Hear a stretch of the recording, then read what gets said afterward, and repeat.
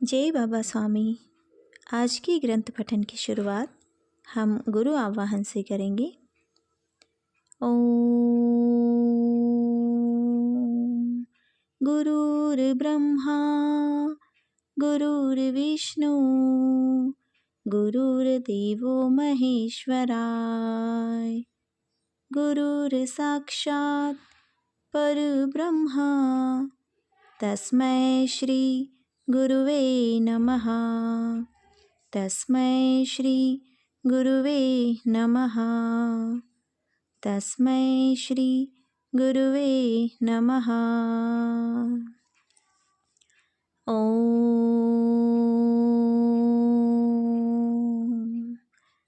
श्री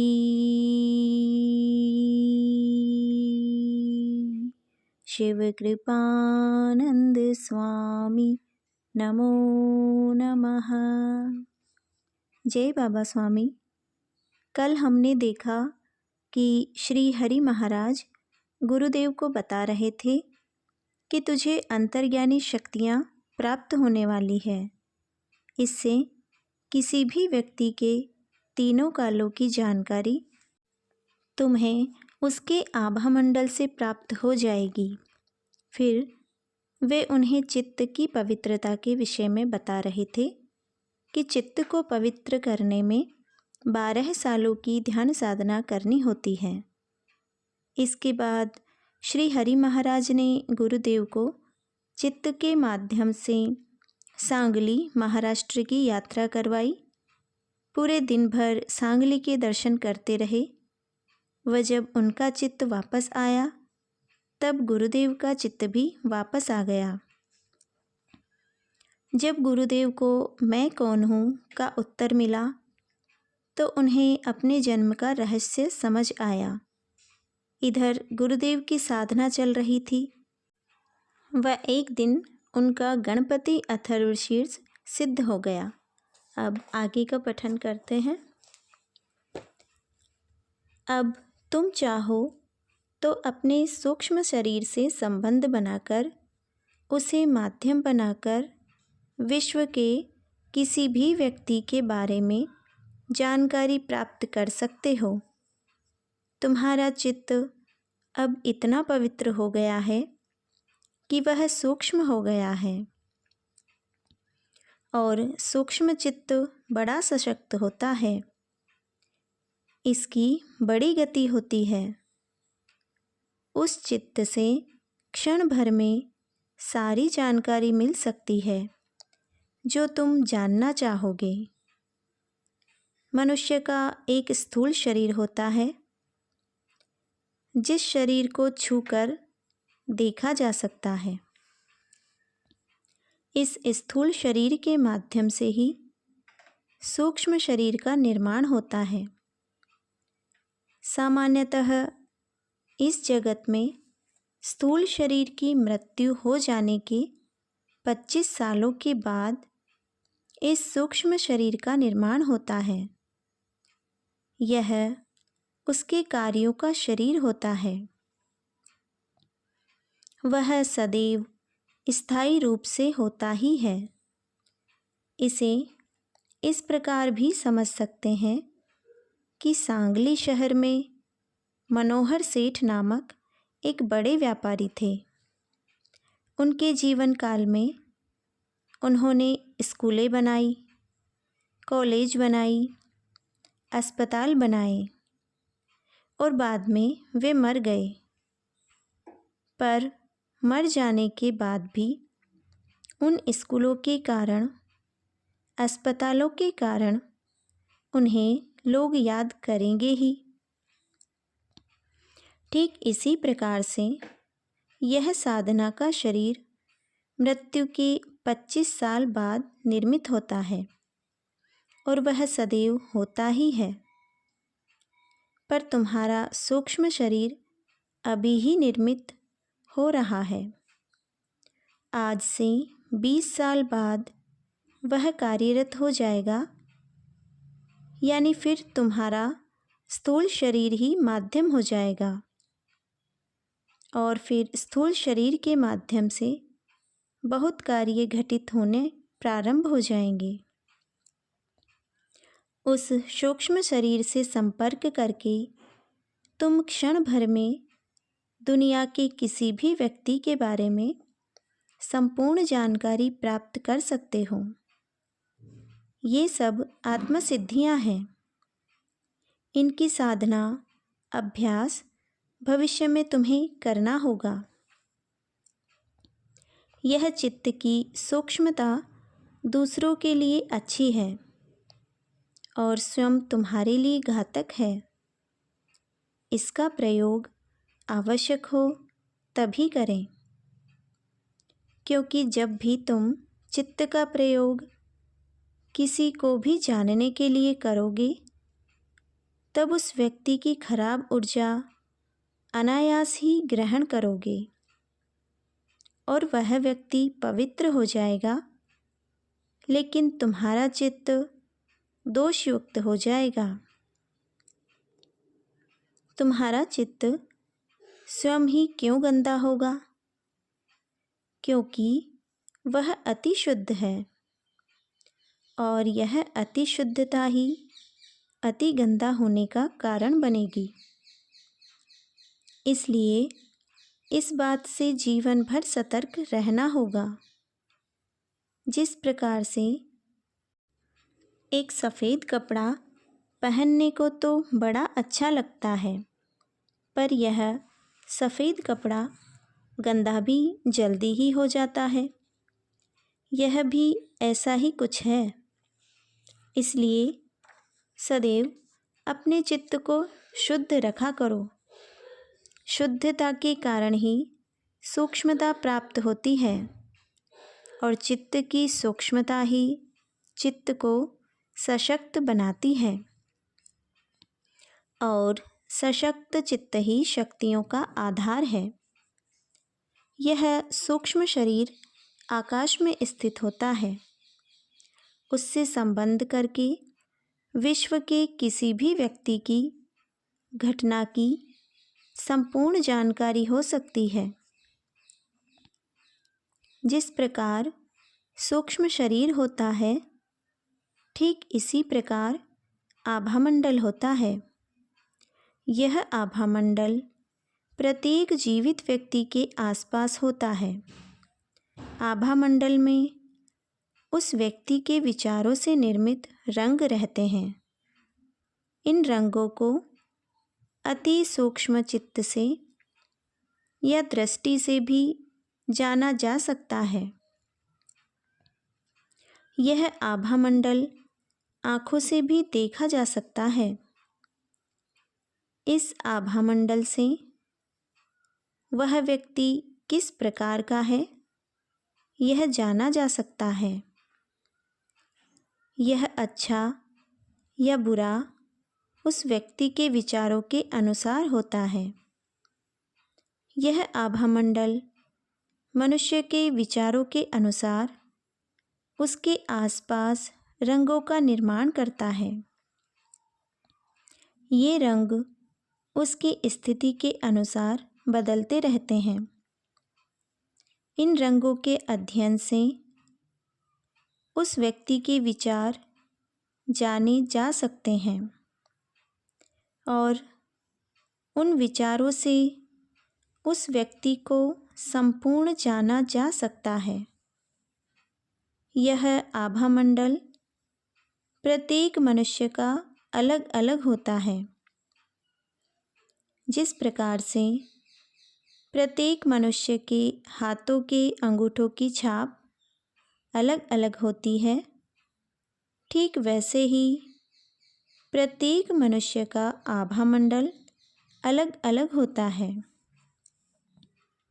गुरुदेव को ज्योतिष की जानकारी थी, जड़ी बूटियों की जानकारी थी, इस आभामंडल की जानकारी थी। पर मुझे प्रश्न था, यह सब जानकारी आम आदमी तक पहुँचेगी कैसे? क्योंकि आम आदमी तो यहाँ हिमालय तक पहुँचने से रहा और ये आम आदमी तक जाएंगे नहीं। फिर यह जानकारी समाज तक कैसे पहुँचेगी। रोज समय बीतते जा रहा था। एक दिन गुरुजी बोले, गणेश की प्रतिमा की संरचना ही ऐसी है कि वह आसपास के वातावरण को ही प्रसन्न कर देती है। आसपास की ऊर्जा को खींचकर वह अपने आसपास प्रभावशाली वातावरण का निर्माण कर देती है। श्री गणेश की मूर्ति वैश्विक चैतन्य का एक अच्छा माध्यम होती है। जिस प्रकार श्री यंत्र होता है कि श्री यंत्र भी अच्छे चैतन्य को ग्रहण कर प्रसारित कर सकता है, ठीक वैसे ही श्री गणेश की प्रतिमा भी यह कार्य करती है। इसी कारण उसके आसपास हमें सदैव अच्छी ऊर्जा का अनुभव होता है। गुरुदेव बचपन से ही गणेश भक्त थे और अपनी सारी एकाग्रता एक ही रूप पर रखकर उन्होंने जीवन में प्रगति की थी। वे पवित्रता पर अधिक जोर देते थे। वे कह रहे थे कि गणेश पवित्रता के आराध्य देवता हैं। उनकी उपासना शुद्ध पवित्र चित्त से ही होनी चाहिए। पवित्र शरीर में ही पवित्र विचार रहते हैं। बाहर और भीतर पवित्रता दोनों ओर होनी चाहिए। साधना भी किसी वासना पूर्ति के लिए नहीं होनी चाहिए। कोई भी स्वार्थ या कोई भी वासना ध्यान साधना को मलिन करती है, क्योंकि शुद्ध व पवित्र चित्त से की गई साधना मन के लिए शांतिदायक होती है। किसी भी साधना को शुरू करने के पूर्व चित्त का शुद्ध होना अति आवश्यक है। एक पवित्र चित्त साधना को एक गहराई प्रदान करता है। हिमालय में रहते रहते यहाँ पर साधनारत मुनि तपस्वी हिमालय के पवित्र वातावरण के अभ्यस्त हो चुके होते हैं कि वे उसके बाहर के जगत में जाना ही नहीं चाहते। वह एक अलग ही विश्व है। उस विश्व की शुरुआत भी हिमालय में होती है और उसका अंत भी हिमालय में होता है। हिमालय पर गुरुत्वाकर्षण शक्ति अधिक है। इसीलिए ध्यान साधना में एक गहराई प्राप्त होती है और सालों तक अनेक लोगों द्वारा ध्यान साधना की होने के कारण वहाँ पर उस ध्यान साधना का प्रभाव विद्यमान है। इसीलिए वहाँ पर एक उपयुक्त वातावरण है। हिमालय पर 2 प्रकार के ही लोग सामान्य रूप से अधिक मात्रा में पाए जाते हैं। एक तो ध्यान साधना करने वाले मुनि और दूसरे पर्वतारोही। एवरेस्ट आदि पर्वत शिखरों पर चढ़ने के उद्देश्य से हजारों की संख्या में पर्वतारोही हिमालय पर हर साल आते रहते हैं और पर्वतारोहण करते रहते हैं। मुनि हो या पर्वतारोही, दोनों ही ऊपर और ऊपर की ऊंचाई पाना चाहते हैं। फिर चाहे वह ऊंचाई पहाड़ के शिखर की हो या ध्यान साधना में आध्यात्मिक शिखर की हो, दोनों ही उच्च शिखर प्राप्त करना चाहते हैं। पर दोनों में एक बड़ा अंतर है। पर्वतारोही उच्च शिखर पर पहुंचकर वहां पर स्थिर नहीं होता है, वह फिर नीचे आ ही जाता है और बाद में हिमालय की दुनिया से फिर अपनी दुनिया में चला जाता है। पर ध्यान करने वाला मुनि उच्च शिखर से अति ध्यान के उच्च शिखर पर चढ़ना चाहता है, पर वह नीचे कभी नहीं उतरता है और वह सदैव ऊपर और ऊपर की ओर ही यात्रा करता है और न ही वह कभी वापस नीचे आता है और न ही वह अपनी दुनिया में कभी लौटता है, क्योंकि वह सब दुनिया छोड़कर यहाँ आया होता है। इस दुनिया के अलावा उसकी और कोई दुनिया नहीं होती है। हिमालय का मार्ग एक तरफा है, केवल जाने का मार्ग है, वापस आने का नहीं है। एकांकी मार्ग है। इसीलिए कोई हिमालय गया तो समझो वह गया, न आने के लिए। इसलिए वहाँ पर जाकर कोई वापस नहीं आता है। वहाँ की दुनिया कुछ और ही दुनिया थी, जिसका शब्दों में वर्णन करना असंभव है। वह अनुभूति करके देखने की दुनिया है। हिमालय की अपनी एक संस्कृति है। उस संस्कृति का अपना एक अलग ही अमिट प्रभाव होता है और उस प्रभाव का अनुभव हजारों तपस्वी आज कई सालों से कर रहे हैं।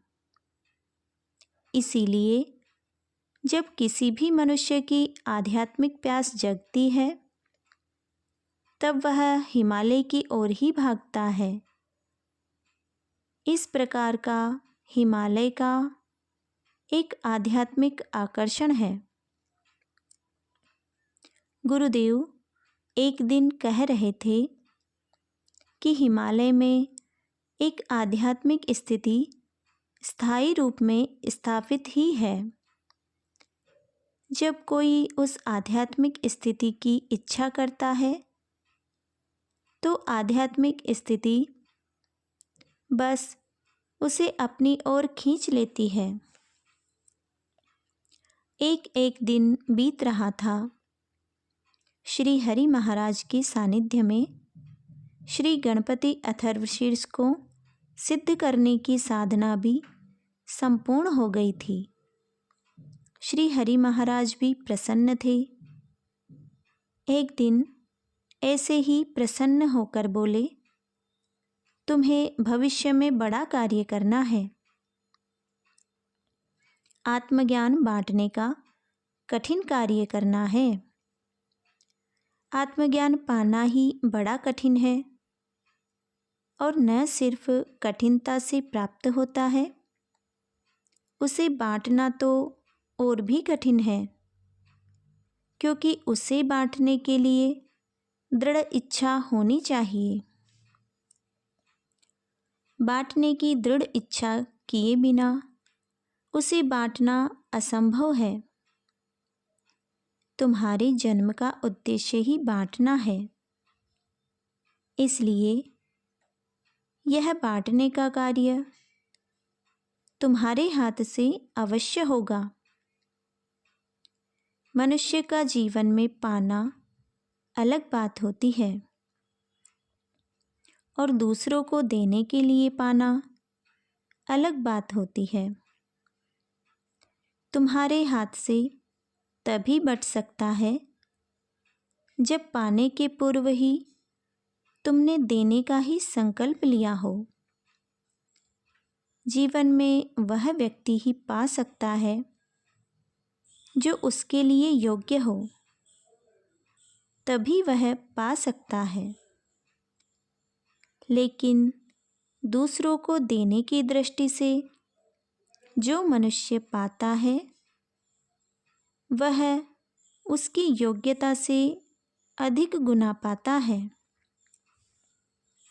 क्योंकि दूसरों को देने के भाव के कारण उसका चित्त बहुत विशाल हो जाता है, तो स्वाभाविक रूप से उसकी योग्यता भी कई गुना बढ़ जाती है।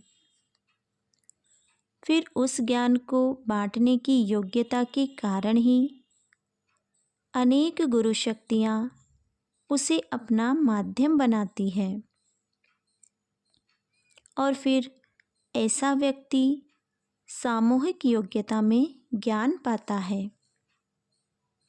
और प्रत्येक ज्ञानी गुरु अपने ज्ञान को बांटने की इच्छा तो रखता है, पर वह बांटने की योग्यता नहीं पाता है। और फिर बांटने की इच्छा रखने वाले ऐसे गुरु ऐसे व्यक्ति को अपना माध्यम बनाते हैं और फिर उस एक व्यक्ति से बहुत बड़ा कार्य जीवन में होता है। इस व्यक्ति में पाने के भाव से देने का ही भाव कई गुना अधिक होता है। इसी कारण इसके हाथ से यह बांटने का कार्य हो पाता है। इस प्रकार के व्यक्ति युगों में निर्माण होते हैं। मेरे धन्य भाग है कि मुझे तुम्हारे रूप में ऐसे युग पुरुष के दर्शन हुए हैं।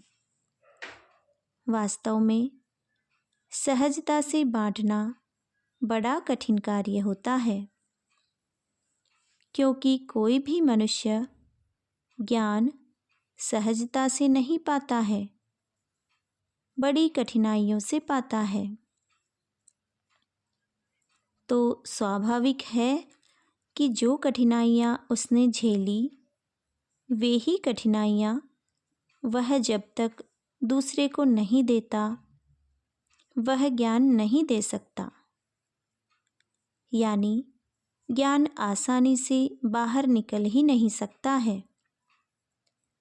स्वयं जहर पीना और जहर पीकर दूसरों को सदैव अमृत पान कराना, यह कार्य केवल भगवान शिव ही कर सकते हैं।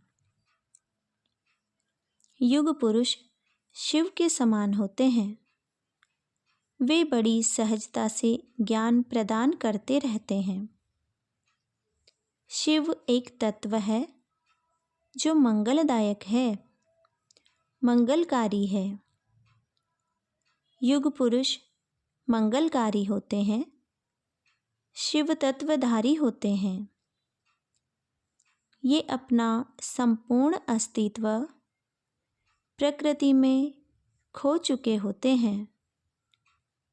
इन्होंने यह ज्ञान स्वयं प्राप्त किया नहीं रहता है, इसलिए मैंने प्राप्त किया यह अहंकार नहीं रहता है।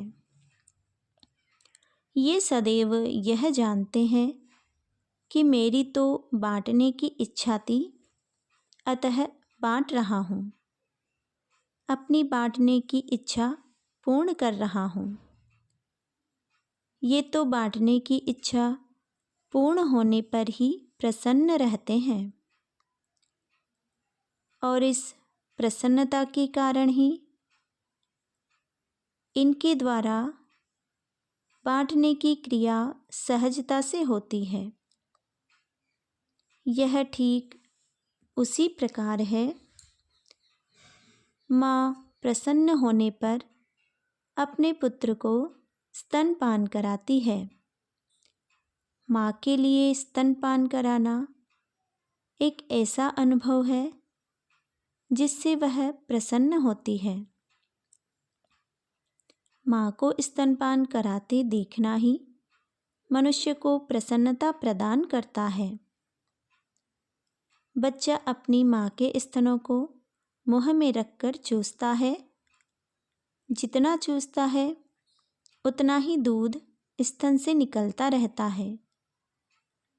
माँ दूध का माध्यम है।